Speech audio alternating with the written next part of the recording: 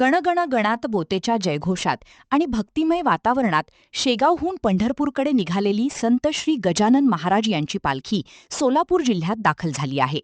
विठ्ठल दर्शनाच्या ओढीने निघालेल्या या पालखीसोबत सुमारे 900 ते 1000 वारकरी असून सोलापूरकरांनी या पालखीचे अत्यंत उत्साहात स्वागत केले.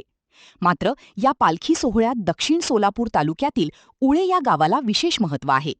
गजानन महाराजांची पालखी दरवर्षी या गावात आवर्जून मुक्कामी असते.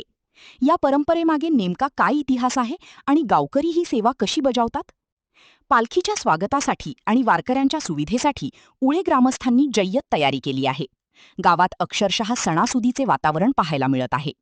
यंदा पावसाची शक्यता लक्षात घेऊन वारकऱ्यांच्या सोयीसाठी मुक्कामाच्या ठिकाणी भव्य वॉटरप्रूफ मंडपाचे नियोजन करण्यात आले आहे. पालखीच्या स्वागतासाठी संपूर्ण उळे गावात आकर्षक विद्युत रोषणाई करण्यात आली आहे. गावातून निघणाऱ्या प्रदक्षिणेसाठी घराघरांसमोर सडा रांगोळ्यांचे पायघडे घालण्यात आले आहेत.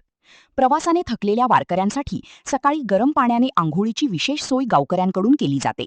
तर प्रशासनाकडून वारकऱ्यांच्या आरोग्याची काळजी घेण्यासाठी विशेष वैद्यकीय पथक तैनात ठेवण्यात आले आहे.